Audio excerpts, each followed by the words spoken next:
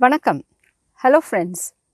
We have seen how the emergence of the written script marks the beginning of the history of a civilization. The most important source of early history is epigraphical data, referring to the inscriptions found on various medium from clay as on potsherds and urn burials to rock surfaces and caves, on metal as in numismatics, that is the coins together with rings and seals, and that medium of writing peculiar to the Tamil country that resulted in a huge loss of copious data over time, that of the humble palm leaf, the Volai Chuvadi. The earliest writings in India belong to the Indus Valley civilization.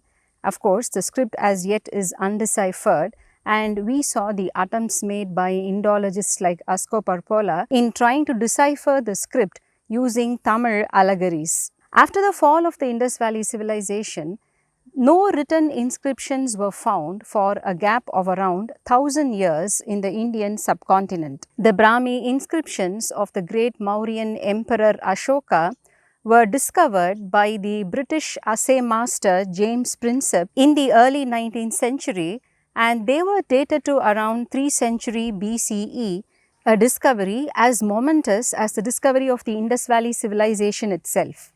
There is an interesting anecdote on how this script came to the attention of James Prinsep. Remember how the Indus Valley civilization was discovered by chance when the Britishers were laying the railways in the northwestern province and saw high quality bricks of uniform size strewn all across the place. A similar interesting chance happening caught the attention of James Prinsep. While building a road in Bihar, Prinsep was supervising the construction works and saw that the road roller being used was broader on one end and narrower on the other. Upon close inspection, he saw the road roller covered by a script and understood that it formed the pillar of some monument. The road workers told the supervisor how the pillar had a lion capital that they cut off so as to make good use of the pillar itself, and upon enquiry, a local Brahmin could neither identify the script nor the language in which the inscriptions were there. Prinsep discovered that the language was Prakrit, the script was Brahmi, and the road roller itself was part of the famous lion capital pillar of Emperor Ashoka, the pillar that was to become the national emblem of independent India. Prinsep came to India on being posted as an assay master in the Royal Mint. His job involved studying the composition of the metal that went into making the coins that were minted here. And numismatics was his favorite hobby as it was a natural extension of his job. As the founding editor of the Journal of the Asiatic Society of Bengal, he contributed articles on diverse fields such as chemistry, metallurgy, mineralogy, numismatics, and Indian antiquities. He was also very interested in meteorology and architecture and was also a keen artist himself. Here is a lithograph of his rendering of a scene from Banaras in the 19th century, part of a series of his paintings that have helped freeze the past in frames. Now, the first successful attempt in deciphering the Brahmi was made as early as in 1836 by the Norwegian numismatist Christian Larsen, who used the bilingual Greek Brahmi coins of the Indo-Greek kings Agathocles and Pantaleon to correctly identify several Brahmi letters. These bilingual coins conveyed the message in Greek script on the one side and in Brahmi on the other, and hence Larsen was able to read them. Similarly, some of Emperor Ashoka's inscriptions were also bilingual and conveying the same message written in the Greek script as well as in Kharoshti, that was the script of the northwestern Afghan province, and Prinsep was well versed in these as well, and hence he was able to decipher completely the edicts of King Ashoka, building on the work of a few predecessors. Prinsep's contribution in revealing our country's ancient history is extremely important, not only because he read the edicts of Emperor Ashoka, but because of the multiple fields in which his contributions made a tremendous impact, and he literally worked himself to death and passed away at the very young age of 40. Now we need to understand that Brahmi is not a language but a script, meaning the sound of the symbols in the script are fixed and hence can be used to write any number of languages.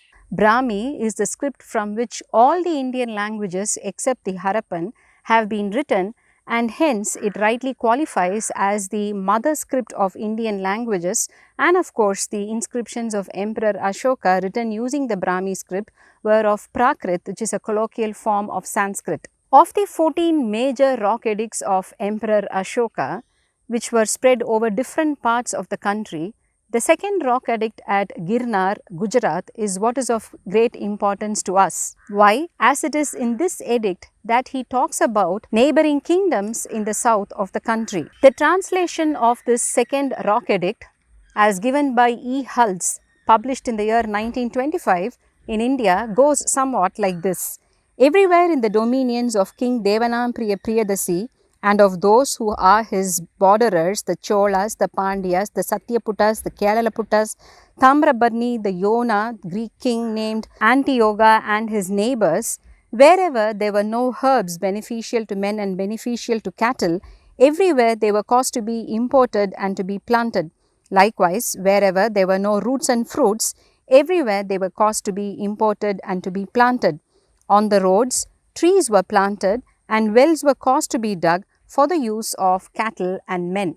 Remember, during our school days in our history text, we read about how Emperor Ashoka planted trees and dug wells.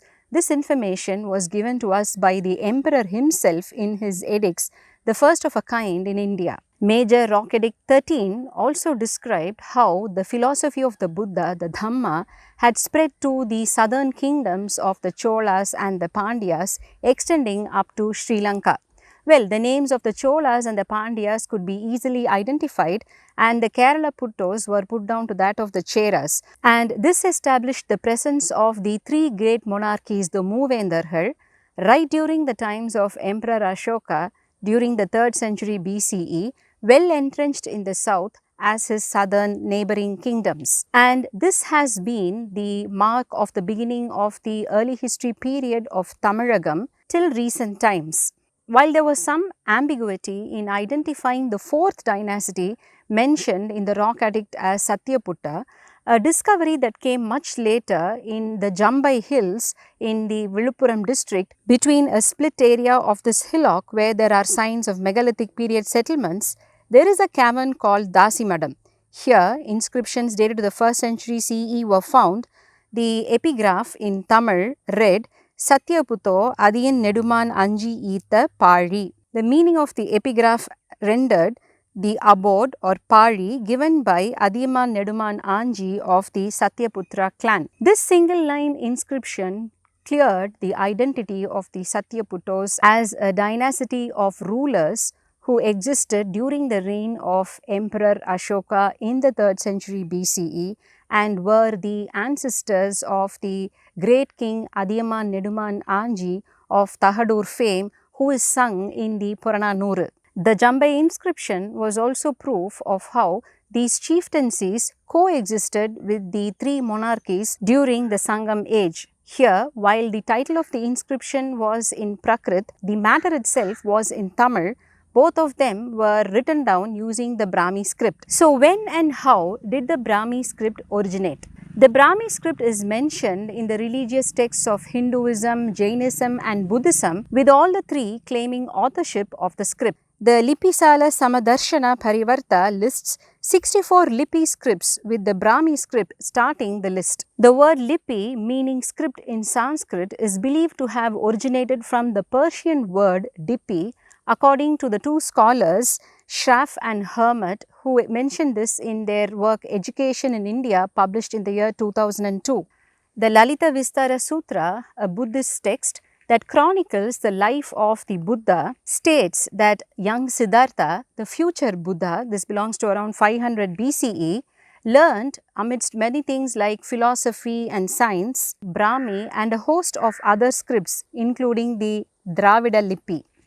A list of 18 ancient scripts found in the records of Jainism, namely the Samavayanga Sutra dated to the 3rd century BCE and the Pannavana Sutra dated to the 2nd century BCE, in which Brahmi is mentioned as Bammi, and interestingly, Damali, which is the version of Brahmi used to write Tamil language, is mentioned as a separate script, number 17 of the 18 in the list. Paleography is the study of ancient writing that shows how different scripts evolved, and the gifted mathematician Dr. Gift Siromani of the Madras Christian College makes an interesting case for how the Brahmi script could not have evolved over time, but should have been invented in one stroke by a genius mind, as it involved variations of just 2 symbols and is remarkably simple in its conception. The 2 basic geometric patterns were the cross inscribed in a square and a circle superimposed on a vertical line. He gives a chart showing the prototype symbols extracted from these 2 basic designs and the corresponding letters of the Brahmi alphabet.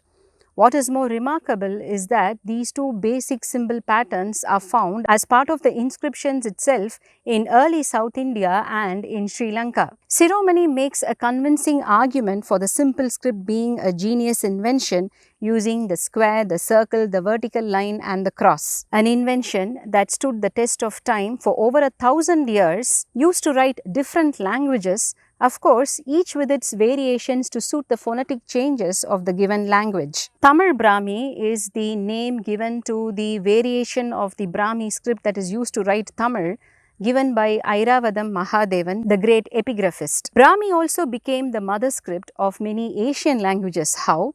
During the 6th century CE, the Pallavas, who were ruling in the south, created the Grantha, a form of Sanskrit using the Brahmi script. And this Grantha became the inscription for most of the Asian scripts.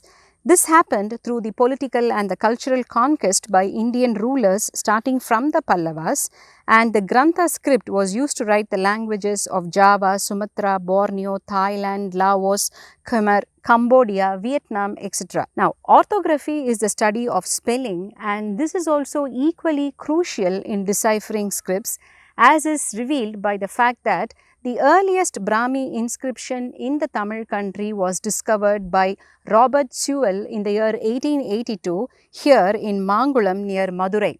And this was wrongly interpreted using Prakrit and was erroneously read for a long time to come, till in the year 1924 the genius K.V. Subramanya Iyer discovered that it was Tamil and not Prakrit that was written using Brahmi. A series of discoveries of Tamil Brahmi on various medium, including potsherds and rock caves, numerous in number, with some of them receiving a dating earlier to that of the Ashokan Brahmi, has today challenged the notion of the origins of Brahmi, as well as the very dating given to the beginning of early history in Tamilagam, about which we will continue in our next episode. Vanakkam.